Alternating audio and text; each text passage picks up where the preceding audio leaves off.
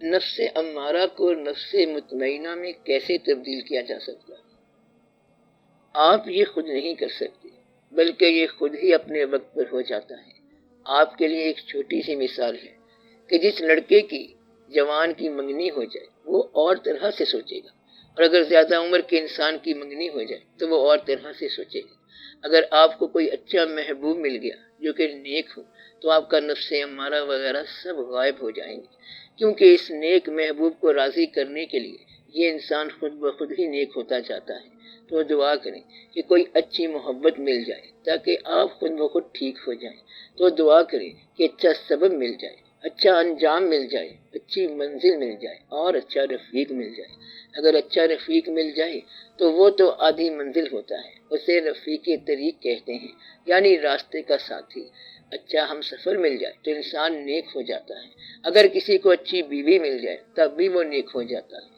ایسا ہو سکتا ہے کہ اگر رات کو تہجد پڑھنی ہے تو وہ آپ کے لیے پانی گرم کر دے گی، مصلی تیار ملتا ہے تو آپ نماز پڑھ لیں۔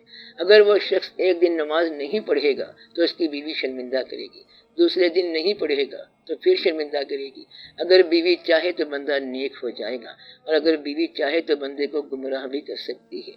تو یہ سبب یہیں سے پیدا ہوتے ہیں اور یہیں سے آپ کو نیک بنانے والا آئے گا۔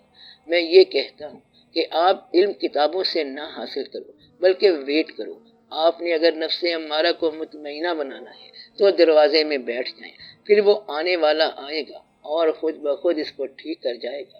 تو واقعی وہ آدمی آئے گا، نگاہ ملائے گا، اور پھر آپ کا نفس جو ہے وہ نفس مطمئنہ ہو جائے گا۔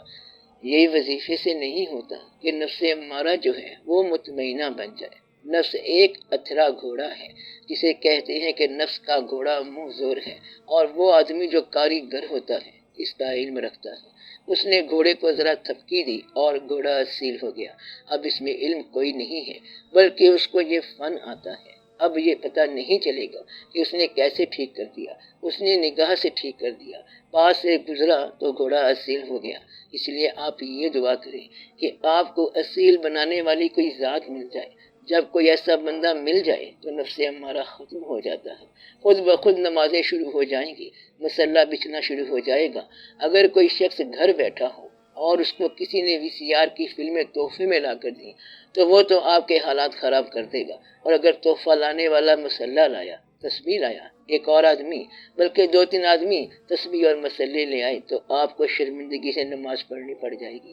ایسا کرتے کرتے انسان نیک ہو جاتا ہے۔ اگر کوئی پیر صاحب ہوں، ان کے پاس جو مرید آئے ہوئے ہیں ان کو روب دیا ہوتا ہے پیری کا، اور اگر وہاں پر اذان کا ٹائم آ گیا تو پیر کے لیے فرض بن گیا، لازمی ہو گیا، اور ضرورت بن گئی کہ وہ جماعت کرائے یا جماعت میں شامل ہو، کیونکہ یہ تو اس کی سماجی ضرورت بن جاتی ہے۔ اگر مرید کہیں کہ پیر صاحب جو ہیں یہ قرات بڑی شاندار کرتے ہیں، قرآن پاک پڑھتے ہیں، تو کیا بات ہو جاتی ہے؟ تو پھر پیر صاحب کو قرآن مجید پڑھنا پڑ جاتا ہے، اس لیے وہ گمراہ نہیں ہوتے۔ اگر ان ایفیشینٹ ہوں تو ہوں، یعنی روحانیت کا اتنا علم نہ ہو، روحانی تجربات اور مشاہدات نہ ہوں، لیکن عام طور پر وہ شرعی طور پر گمراہ نہیں ہوتے، تو ان مشائخ کی محفل میں عام اور سادہ آدمی بھی محفوظ رہتا ہے۔ یہ میں مستند مشائخ کرام کی بات کر رہا ہوں کہ جن کے آستانے ہیں اور جو مشائخ ہیں تو وہ واجبی بات کرتے ہیں اور دین کے اندر رہنے والی باتیں کرتے ہیں، سارے کلہم ایسا کرتے ہیں۔ تو آپ اچھی صفت میں ہیں اور اچھی صفت میں رہنا ہی کافی دین ہے۔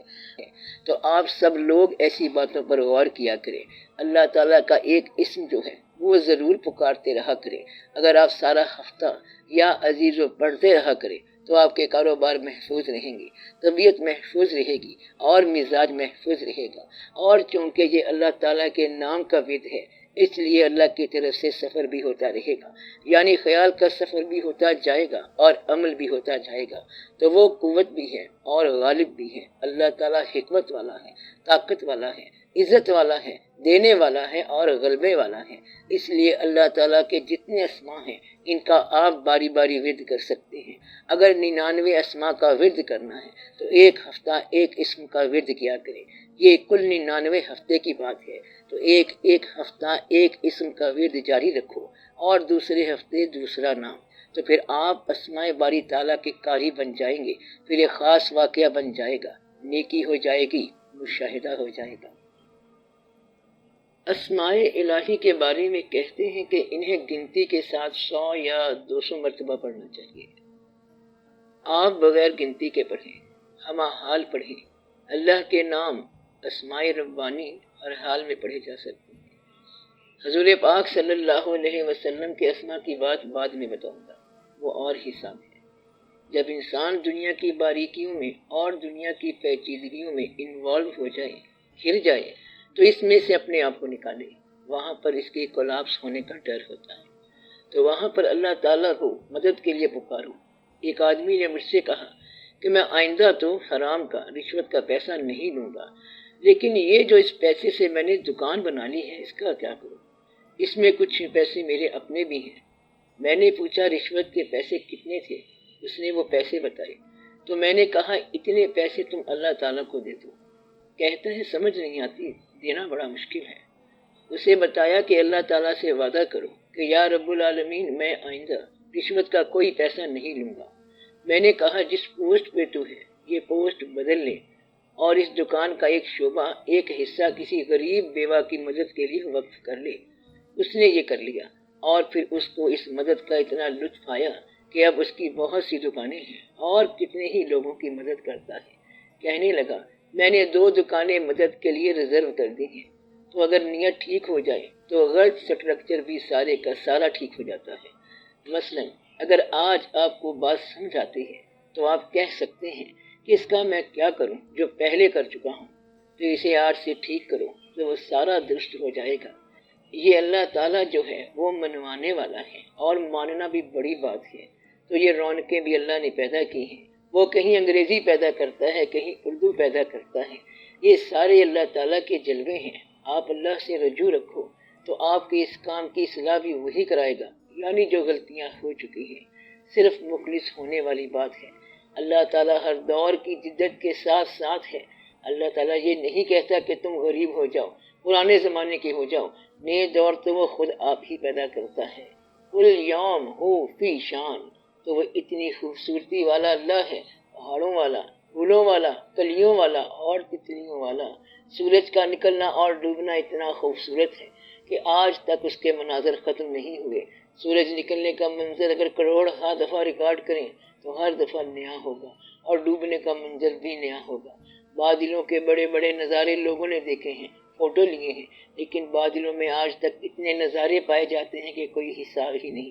اور اس نے آسمانوں میں قوس و قزح کے رنگ ڈال دیے کہ کمال کی بات ہے۔ تو جو کچھ آپ کے پاس حسن ہے وہ آسمان سے نازل ہوا۔ The sky gives beauty to earth.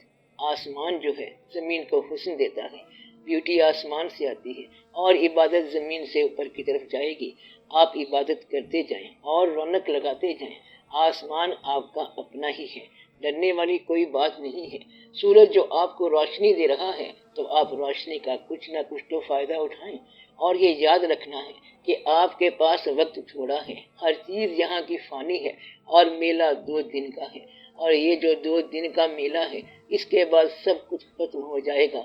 پھر آدمی اکیلا ہی اکیلا ہے، اور اس 2 دن میں سے 1.5 دن گزر بھی گیا ہے۔